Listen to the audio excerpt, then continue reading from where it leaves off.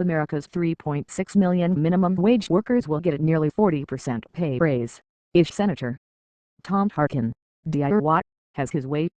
A few weeks after President Barack Obama touted a minimum wage increase to $9 in his State of the Union speech, the veteran senator introduced a plan to go even further, raising the low end of legal earnings from $7.25 to $10.10.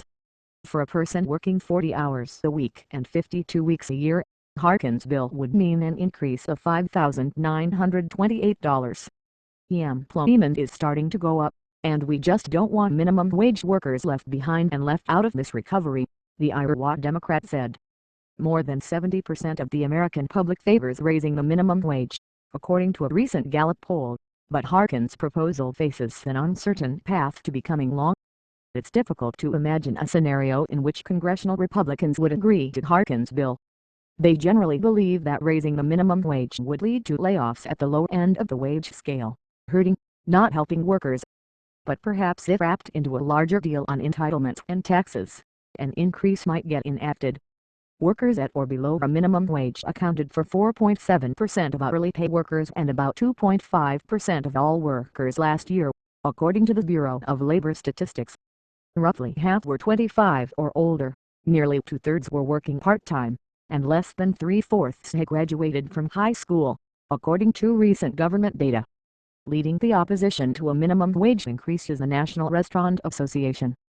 At a hearing last week of the Senate Health, Education, Labor and Pensions Help Committee, which Harkin chairs, David Rutigliano, a partner in a Connecticut restaurant chain and a member of the Connecticut Restaurant Association, argued that at a time when many businesses are struggling to keep their doors open, and in some cases employers are forgoing their own paychecks to avoid laying off employees, mandating wage increases will only hurt those employees which this proposal seeks to help. But another witness at the hearing, Oregon Commissioner of Labor and Industries Brad Avakian, countered that raising the minimum wage would be good for the economy. Increasing workers' purchasing power leads to a healthier economy. Virtually every dime that comes through a higher minimum wage is reinvested in the local economy when the worker buys groceries, gas, clothes, school supplies and other essentials, he said. Oregon pegs its minimum wage to the Consumer Price Index, which means it usually goes up slightly each year.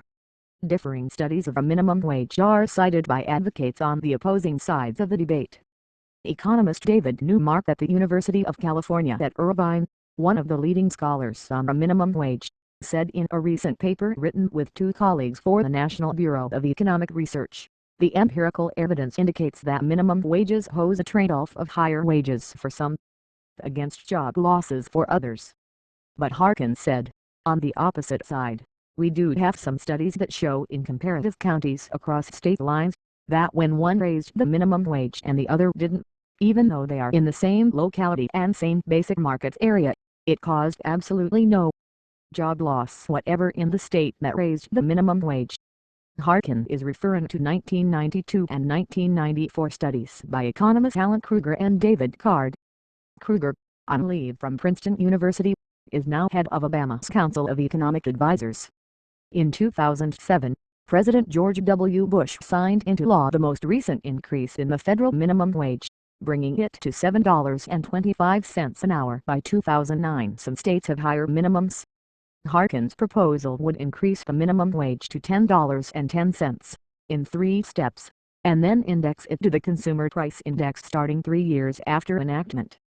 Defending Obama's lower proposed increase, Obama economic advisor Jason Furman said last month that $9 an hour is a robust increase in the minimum wage and would put it at a higher level adjusted for inflation than any time since 1981.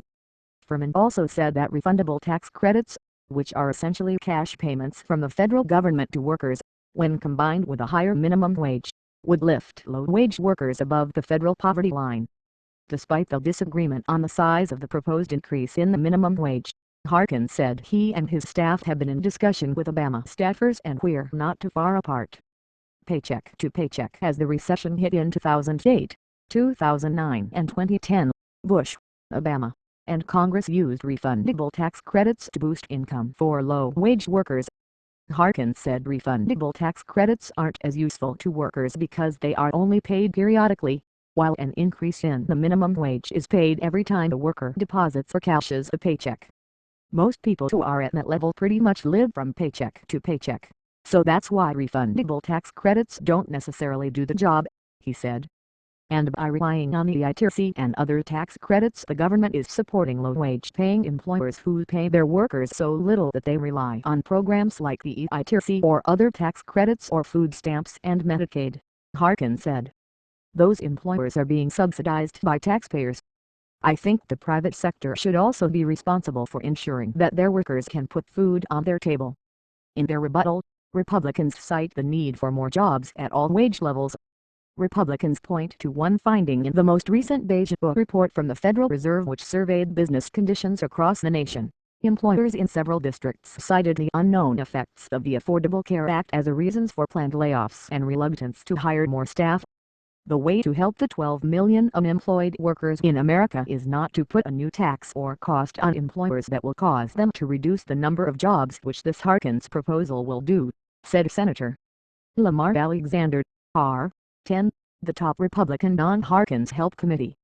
The people that we're trying to help in this country right now are mainly lower income, minority, often young people, and every time we add the $2,000 penalty for the healthcare law or add some new mandate from Washington like the minimum wage, it may sound good, but the effect of it is to limit the number of jobs for people who most desperately need them.